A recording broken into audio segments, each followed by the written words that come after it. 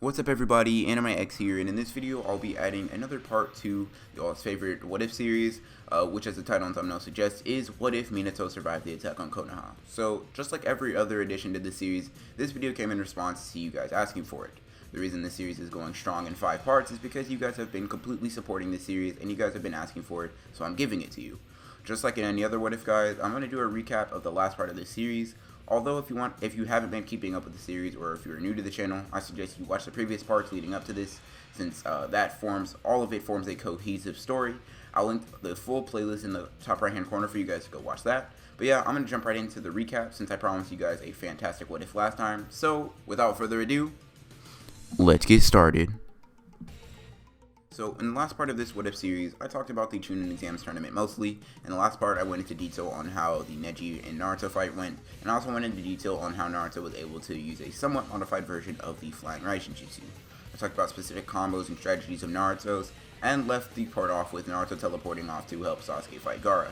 So, that is where we're going to be picking up this What If. So like I said, we left off on Naruto teleporting to help Sasuke fight Gaara, and that's exactly what he does. He teleports to where Sasuke is, and currently Sasuke is chasing after Gaara to stop him. But currently Kankuro is shown being in the way of Naruto and Sasuke. Now, when Naruto just appears next to Sasuke, this catches Sasuke completely off guard, actually scaring him a bit. Now, when Sasuke asks for an explanation, all he says is that he can use Flying Raijin now, and he'll explain the details later. Now, with Kankuro in the way, Naruto and Sasuke realize that they don't really have much time to fight him.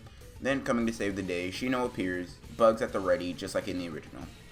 This frees Sasuke and Naruto up to chase after Gaara, which they do, and once they see Gaara in his half-transformed state, this strikes fear both into Sasuke and Naruto, because if you guys remember, Gaara was very off-putting to everyone, to say the least, and seeing Gaara like this for the first time would throw them off their game. Gaara takes advantage of this and strikes while they are both immobilized with fear, and then instinctively Naruto makes a Rasengan and jumps directly at the half-transformed Gaara, who, with just a swipe of his arm, casually knocks aside Naruto and slams him into a tree, dazing Naruto. Now, this prompts Sasuke to go all out and try to use his Chidori to take out Gaara, which, as we've seen, even with the curse marks, Sasuke wasn't able to do, and a base Sasuke wouldn't be able to take Gaara at all. He wouldn't even really stand a chance. So, Sasuke would be overpowered in a similar fashion to Naruto, with the only extra thing being that Sasuke is completely out of chakra and stamina now, while Naruto is still relatively full in chakra. So Naruto, now knowing that he has to protect Sasuke along with defeat Gaara, decides to go all or nothing. So he makes a couple dozen shadow clones and makes sure that he gets all of them sealed and connected so they can rapidly teleport. One shadow clone sits back, observing the fight and sending clones all over the place using the Flying Raijin Jutsu, so making sure that they all have complete mobility. The clones tosses out a bunch of kunai and seals on them. Then on top of all that, this Naruto wants to do something that should secure him the victory, and if he has enough chakra with the shadow clones, he jumps towards Gaara in a frontal assault, which seems pretty stupid, and Gaara prepares to just swipe them all away. And then, right before the attack from Gaara lands, they all teleport behind Gaara, catching him off guard, and then they pummel him and then the real Naruto swipes at Gaara's head, placing a seal there, and then jumps out of Gaara's range of attack. Now, this didn't do as much damage as 2K Barrage did, just because there's not 2,000 of them, but Naruto wasn't really aiming for damage in this What If. He was aiming for a tactical advantage against Gaara, which he gained by placing a seal on him. Now Naruto knows that he, along with the Shadow Clones, basically have a direct route to an unblockable attack against Gaara at any time. And while Naruto was distracted by the fact that he thought he won, he has won, Gaara's sand creeps up behind all of them and all of the clones, and then swarms all of them, and Gaara puts them in a sand coffin, and uses Sand Barrow to crush them, all completely massacring Naruto and his clones. Gaara, thinking that he's won along with Sasuke, being in disbelief until Sasuke hears a familiar whirring sound, almost like the activation of Rasengan. And as soon as the sound is heard, Naruto just appears in front of Gaara and slams a Rasengan directly into Gaara's head, which knocks Gaara away from both him and Sasuke. And I feel that I have to explain myself before proceeding forward with the What If. Now, you may be not understanding why Naruto was able to survive, even though I said Naruto and his clones were crushed. Now, some of you may not, which is completely understandable, and that's what I'll quickly explain. So the reason this was able to happen was Naruto had a large group of clones with him, and also as specified earlier that one shadow clone is able to handle all the complications of the Flying Raijin, so Naruto could focus on fighting. Now in the last What If, I also showed a set of precedents for Naruto and his clones being able to switch places rapidly, which is what happened actually here. Now, while Naruto, isn't Uzumaki and has staggering amounts of chakra, his levels of chakra aren't infinite, and he has been pushing himself to the absolute limit and beyond with spamming Shadow Clone, spamming Rasengan, and spamming that Flying Raijin, especially with that switching places trick he just used again. So Naruto is basically running on empty and trying to buy time for this fight.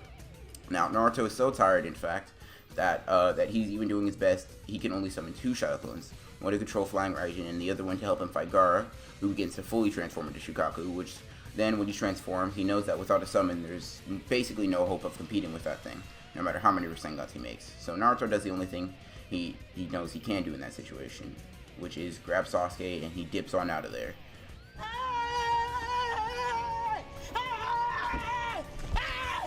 Why are you running?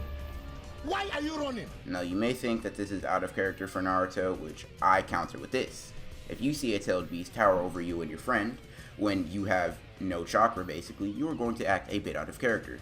Also, Naruto isn't running for long. All you need to do is get Sasuke to safety first of all and get to Kiba. Now, why Kiba, you may ask? And this is due to a earlier thing that happens in the Kiba versus Naruto fight. And that is that Kiba has military ration pills, otherwise known as food pills.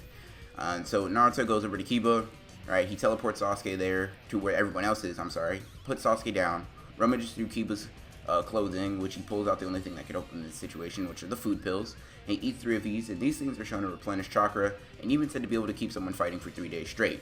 Now, this won't be the case for Naruto since he'll be expending a lot of chakra really quickly, so he eats 3 for safe measure, and then teleports back to fight Gaara. Now, what I just did may seem a little contrived, which I'm not going to lie to you guys. It is, but I would say that it is a decent reason for this happening, and that's because Naruto will most likely teleport back to the tournament area to keep Sasuke safe anyway, and he just glances at Kiba and remembers that Kiba used these military ration pills against him, and they give him more stamina and chakra. So while this may be a little contrived, I would say it's well within the confines of the story. So after he regains his chakra and stamina, he teleports back to Shukaku, possessed Gaara, with Naruto's Amp Chakra, he summons Gamaken, who is similar to Shukaku in size and should be able to keep him at bay, while Naruto grows to Wake Gaara, which would be easy if Shukaku wasn't flailing around crazily, which makes getting to Gaara himself a challenge. But Naruto just makes a ton of Shadow Clones and decides to rush in at Gaara full speed. With all of the Shadow Clones he needs to be ready to make a deciding blow, and then as they fly up towards Gaara, Shukaku looks towards the clones, and Naruto shoots, and looks towards the clones of Naruto and shoots a wind bullet, which severely injures Naruto even though it only grazes him. And as a result, Naruto's left arm gets completely torn up and injured, and then he comes crashing down at Gaara, and just like in the original, he lands on Shukaku, gets to Gaara, then gets held back by Gaara-san, and does the famous headbutt that he uses to take Gaara down and wake him up. And then with the final clash in the fight, both Naruto and Gaara, the fight between Naruto and Gaara ends. So Naruto rises above Gaara, tells him that because he has friends, people that he depends on, and people that he needs to protect, that's why he won. And this affects Gaara similarly to how it does in the original. And those simple words being said by Naruto and said to Gaara, he will send him spiraling on a different path. Now, with Naruto and Gaara expending all of the energy they possibly could, they both pass out. Now, some of you may be wondering what the rest of Konoha, especially Minato and Jiraiya, were doing in a time like this, especially since Orochimaru wasn't part of this plot. Now, here's the thing. Because of Orochimaru, the plan goes a bit different than how it does in the original. But first of all, the reason that Minato didn't get to Naruto is because he just assumed that Naruto was safe under Genjutsu. So he didn't have any reason to look for Naruto. He just thought if he protected that place, then Naruto and everybody else would be safe. So Minato was just handling little skirmishes and trying to reduce the casualties and damage as much as possible, along with the third Hokage. As for Jiraiya, even if he were aware that Naruto left to go fight, he wouldn't assume that he was in as much danger as he actually was in against Gaara, and Jiraiya gets preoccupied with some of Orochimaru's main henchmen, now mainly Kabuto and the Sound 4, and while individually they would be pretty fodder to Jiraiya, when they are all coordinating attacks, this makes it a little difficult for Jiraiya to handle all of them.